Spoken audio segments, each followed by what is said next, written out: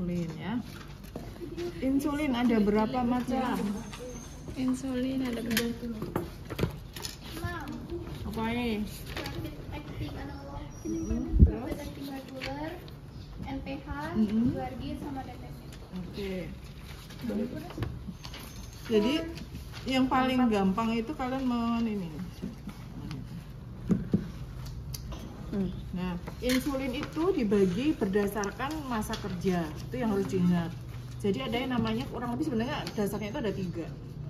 Insulin yang kerjanya cepat atau rapid acting, kerjanya medium atau intermediate ya, di tengah, sedang, dan insulin kerja lama atau lambat. Jadi ada long acting, rapid acting, intermediate acting. Nah, kalian nanti yang kita perkenalkan adalah itu dari sisi apa masa kerja ya. Kalau yang dari sisi apakah dia dibuat atau bentuknya gitu ya, ada yang disebut sebagai insulin pen. Nah, insulin pen itu yang kayak gini. Memang bentuknya kayak pen, pulpen. Di dalamnya ada insulin. Ini yang sekarang sudah sering dipakai di semua lini ya.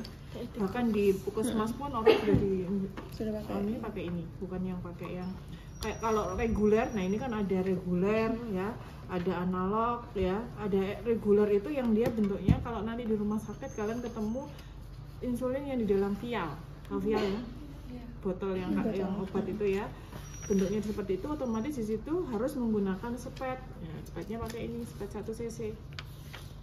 Ini spet 1 cc biasanya ada juga yang khusus judulnya adalah insulin siring gitu. Tapi sebenarnya hampir sama, cuman biasanya ininya lebih kecil-kecil. Garisnya itu lebih jelas yang inian, karena yang kita pakai bukan mililiter tetapi unit ya kalau di insulin itu. Maka satuannya itu bukan mililiter atau gram gitu, tapi IU, international unit ya. Jadi sebutannya nanti misalnya pasien dapat berapa? 8 IU, 9 IU, 12 IU dan seterusnya. Dan resep di dokter itu biasanya kalau di medical record pasien itu ditulis misalnya kalau pasien mendapatkan insulin kerja cepat selama 3 kali dalam sehari, maka ditulisnya misalnya setiap kali suntik dia 10 IU atau 10 unit, maka ditulisi 10 strip 10 strip 10 IU. Berarti itu kalian sudah harus paham apa itu. Oh, di situ belakangnya Actrapid. Oh, makanya ini diberikan 3 kali sehari, berarti sebelum makan. Karena Actrapid. Actrapid itu rapid acting. Jadi Actrapid itu sebenarnya, maka disebut Actrapid. Nah, kayak ini. Kalau Anbu itu kan bukan Actrapid, itu Novorapid. Itu berdasarkan mereknya yang mengeluarkan. Ini punyanya Novo kebetulan, makanya Novo Rapid. Kalau warnanya oranye. Nah, ininya oranye itu sudah mengindikasikan oh dia adalah yang rapid acting. Selalu begitu rata, mau mereknya apapun ya. Tapi biasanya agak sedikit berbeda warnanya, tapi dasarnya sama-sama orange. Itu berarti oh ya ini dipakai sebelum makan berapa rata-rata 3 kali sehari. Mungkin orang yang nggak terlalu penting orang yang nggak terlalu butuh gitu ya, kadang cuma sehari saja, sehari 1 kali, berarti tetap aja kalau sehari 1 kali berarti 1 strip 0 strip 0, berarti hanya pagi hari saja, bukan sakarep dewi, paham ya? Tapi rata-rata 3 kali sehari, misalnya 10 strip 10 strip 10, maka suntik 3 kali sehari sebelum makan pagi, sebelum makan siang, dan sebelum makan malam. Makan malamnya itu sore ya, nggak malam banget. Tapi kalau yang ini yang sering dipakai ini 2 ini ya, ini yang oranye sama yang ungu. Ungunya ini deh, dasarnya abu-abu ungu. Nah, ini kebetulan ini beda merek ya, ini punyanya Solo ya, Solo Star. Nah, itu warnanya agak sedikit berbeda. Kalau punyanya si Novo itu sama-sama biru, dark blue ini, tapi label di sininya ungu. Sama, berarti itu isinya apa? Mir-miran gitu ya. Ada namanya Levemir. Nah, Levemir itu yang sebenarnya yang ini ya, insulin Garglin. Insulin Garglin itu adalah insulin yang dia mRNA, dia dipakai untuk long acting. Berarti kalau yang ungu dipakainya 1 kali dalam sehari sebelum tidur, jam 10 malam kurang lebih ya. Nah, ini kebetulan punyanya Solo Star, Lantus. Nah, ada Lantus. Lantus itu juga Levemir Lantus itu sama. Beda merek doang. Isinya sama, insulin, Garglin. Itu punyanya MRNA. Kemudian berarti dua ini ya. Ini aspartat, ini yang Garglin. Kalau aspartat itu selalu dibelikan sebelum makan, kalau Garglin selalu dibelikan sebelum tidur. Jadi dia ini untuk meregulasi glukosa basal. Jadi gula darah basal. Basal itu pada saat pasien istirahat, tidur, pada pagi hari pas bangun tidur itu dites gula darahnya sebelum ngapa-ngapain, sebelum makan, sebelum minum gula, sebelum macam-macam, itu disebut basal. Sama kayak kamu misalnya Dek, tes urin basalnya, ambil urin basalnya ya, berarti yang diambil adalah setelah bangun tidur itu, sebelum pakai apa itu harus benar-benar ini. Kalau padahal misalnya Bu besok mau diambil sampel basal ya, itu nggak boleh dulu, misalnya kebelet kencing terus kita lupa gitu ya, sudah bangun dari jam 4 tadi, kita barunya ngeceknya jam 5 ya, percuma, itu bukan basal lagi, paham ya? Jadi benar-benar dia free dari apapun, dia masih baru bangun tidur. Oke.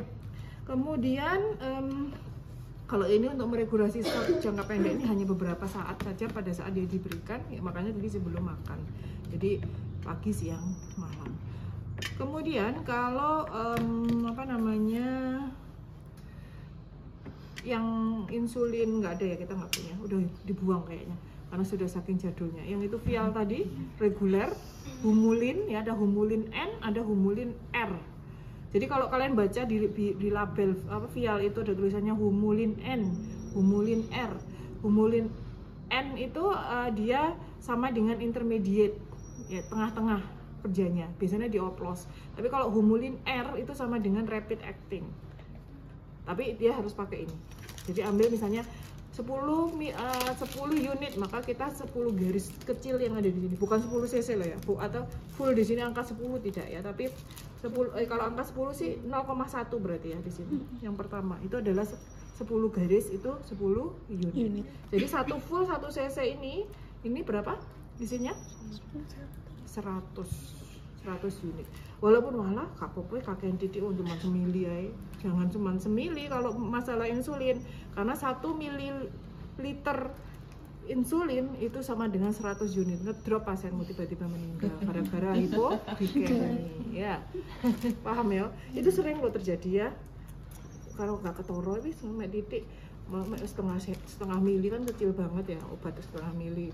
Boboy masuk pada setengah milinya insulin itu 50 unit. Orang mangan pasiennya mau orang ya, itu ya. Oke, yang pertama caranya gampang. Jadi ketika ada pasien yang kita mau suntik, misalnya pasiennya Pak, ini Pak A ya, ini nanti hari ini kita ini Pak ya, Bapak mau makan nggak pagi ini gitu. Jadi kalau pasien yang ini harus ditanya dulu apakah pasiennya mau segera makan atau tidak. Misalnya mau sarapan, Pak sekarang sudah jam 7, Bapak mau segera sarapan atau masih nanti gitu. Kalau oh iya sih saya mau sarapan, maka boleh disuntik. Tapi kalau misalnya terus saya masih malas nggak nafsu makan, nanti aja jam 8 gitu, udah molor dikit, maka jangan dipaksa. Loh sekarang udah waktunya nyuntik, waktu saya suntik dulu ya Pak jam 7 karena jabatan saya jam 7. Jangan gitu, nanti kita suntik pasiennya nggak makan, hipoglikemia. Dan itu bahaya bagi pasien. Jadi salah satu komplikasi berat di pasien DM itu kan, DM itu gini, DM itu kan gula darahnya tinggi. Tapi komplikasi yang paling sering terjadi adalah gula darah tiba-tiba ngedrop. Nah itu lebih berbahaya. Jadi kalau sangat ngedrop di bawah, misalnya di bawah 60, dia 50 sekian, di bawah 70 ya definisi hipoglikemia itu tanda-tandanya pasien mulai lemas, keringetan, dingin. Kemudian ditanyai sudah mulai nguap-nguap, ngantuk gitu ya. Kalau kalian lapar banget, bener-bener udah nggak konsen, mulai ngantukan, nguap yang nggak enak pokoknya, bukan nguap karena ngantuk ya, tapi nguap tapi rasanya tuh mungkin pernah ngerasain. Itu termasuk tanda, jadi salah satunya gejala hipoglikemia. Jadi kalau sudah seperti itu, pusing gitu ya, itu sudah harus segera minum air gula. Pasien DM pun demikian. Kalau kalian temukan dia pasien DM-nya ada gejala hipoglikemia, maka pertolongan pertama selama dia masih bisa minum per oral, segera minum air gula. Kasih air teh, gula manis gitu, atau air gula saja, air putih sama gula kita aduk, manis dikit aja dianuin. Nah itu untuk pertolongan pertama. Kalaupun dibawa ke rumah sakit, tetap nanti penata laksanaannya adalah dengan infus gula, ya, tapi dextrose ya. Jadi itu sering, makanya kalau nanti punya keluarga di rumah yang DM, jangan ujuk-ujuk misalnya pas kok mbahku kok tiba-tiba lemas, ini padahal diabetes, moro-moro bingung dibawa ke rumah sakit, nggak segera dibawa pertolongan. Padahal sebenarnya kalau hipoglikemi cukup diberikan air gula saja untuk pertolongan pertamanya, itu sudah cukup. Jadi nggak perlu bingung ini. Tapi kalau sudah parah, pasien sudah telat nggak bisa nelan, ya jangan dipaksa karena bisa aspirasi. Ya harus dibawa ke rumah sakit untuk diganti melalui intravena, gitu ya. Oke, kita balik ke sini.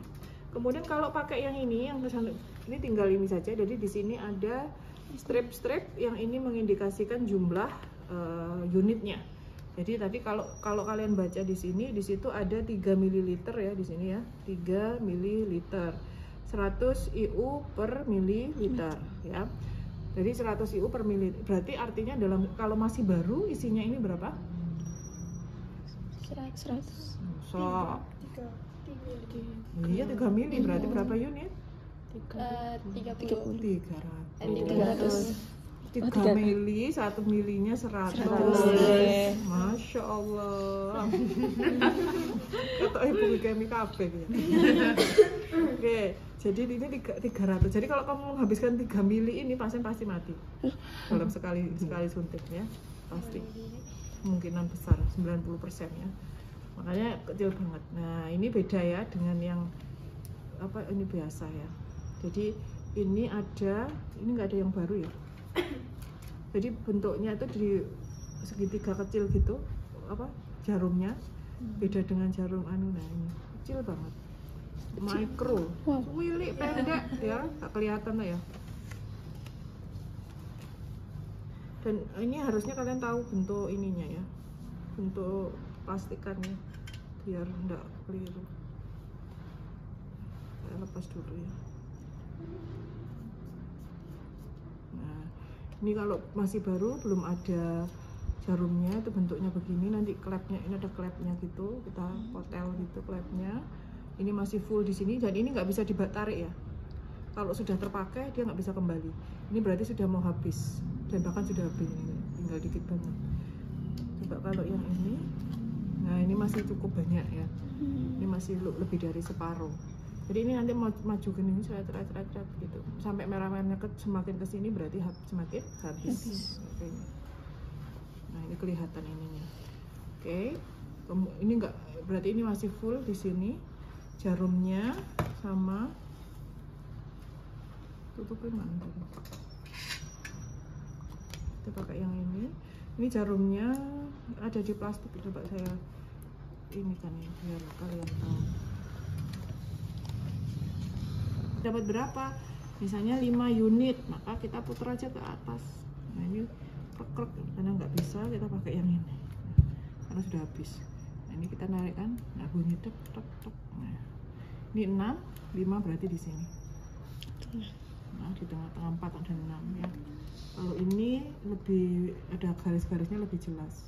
Beda merek, beda model ya.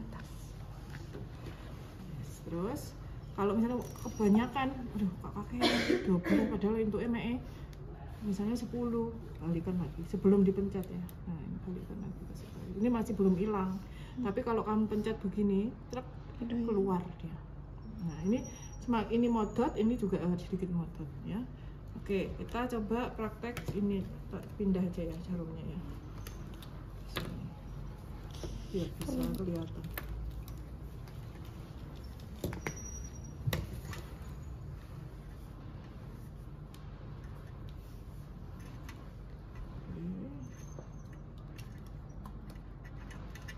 Kita misalnya 5 unit saja. Nah ini 5-nya berarti dia garisnya di sini ya. Ini sama ini pas 5 unit.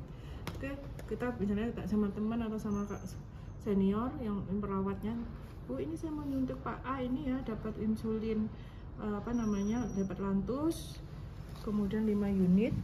Nah, sekarang jam 10 malam mau nyuntikkan misalnya. Oke, gitu. Terus sudah sesuai ya Bu. Oke. terus kita ambil apa namanya alkohol, Pak. Jadi insulin itu sama ini ya, SC semua rata-rata kalau untuk yang temporary seperti ini. Jadi sebenarnya tapi insulin tidak harus SC, tapi ada juga yang IV atau di drip. Tapi untuk kasus-kasus normal itu cukup SC. Jadi bisa di lengan, bisa di paha, yang ada gambarnya itu ya, paha depan, samping, belakang, di perut ya, perut bagian depan. Itu semuanya yang di arser itu boleh dipasang, boleh disuntik. Dan sebaiknya jangan melakukan suntik pada tempat yang sama. Misalnya pas sukanya di sini, nggak mesti ya di sini toh aja pas di tengah, nggak. Jadi harus melingkar searah jarum jam. Jadi misalnya pagi di sini, siang di sini, sore di sini, nanti belok di sini, besok ini baru nanti balik lagi.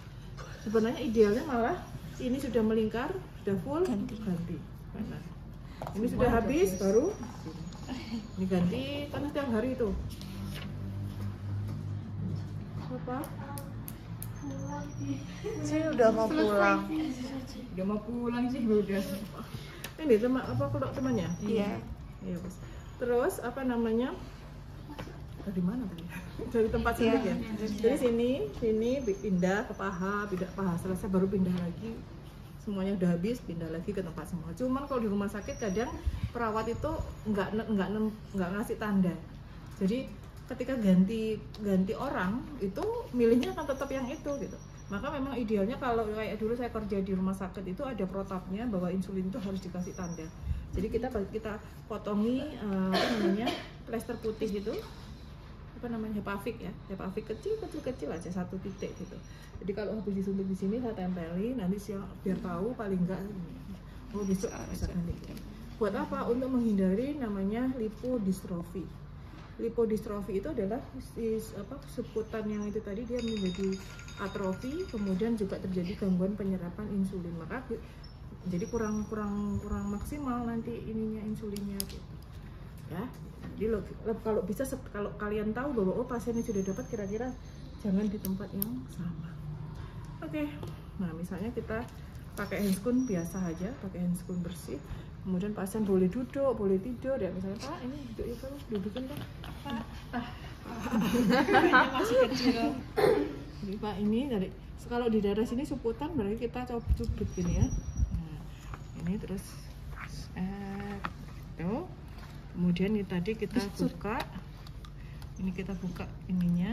Nah, posisi tegak lurus. Kalau kalian biasanya SC itu 45 derajat, kalau menggunakan spet biasa, kalau pakai ini 90 derajat ya. Posisi lubang menghadap ke atas. Bismillahirrahmanirrahim. Ini sudah. Nah, pegang, kemudian ditekan di sini. 1, 2, 3. Pak, saya masukkan obatnya sambil ditahan. Nah, ini kan putar, gitu kan. Semakin dia banyak, semakin lama, sampai mentok. Baru kalau sudah selesai berarti sudah 0, maka kita tahan dulu, nggak langsung dicabut. Hitung kurang lebih 5 detik ya. 1, 2, 3, 4, 5. Baru kemudian dilepas. Nggak usah diuyak-uyak, Pak. Bismillah, tarik. Tekan aja. Jangan diuyak-uyak ya. Ya, kalau bisa ini, Pak. Oke. Nanti jangan lama-lama segera untuk makan ya gitu. Tapi kalau yang ini nggak harus makan ya, tidur. Tapi kalau yang ini harus makan.